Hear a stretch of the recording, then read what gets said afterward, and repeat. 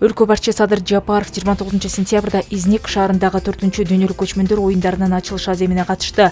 Ачылыш азем башталарынын алдында мамлекет башчы Садыр Жапаров менен Түркия президенти Режеп Тайып Эрдоган учурашып, андан соң эки өлкөнүн президенти, ошондой эле башка делегация башчылары оюндардын ачылыш аземи өтүп жаткан стадионго өтүштү. Салтанаттуу иш-чара түрк дүйнөсү менен көчмөндөрдүн маданиятына арналган театралдаштырылган шоунун коштоосунда болду.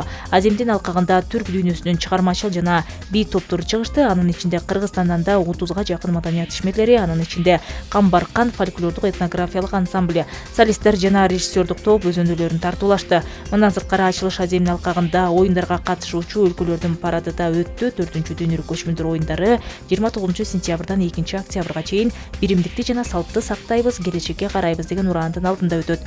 Оюндарга 102 өлкөдөн 3000ден ашык спортчу, мелдештерге Кыргызстандын атынан 148 спортчу катышат.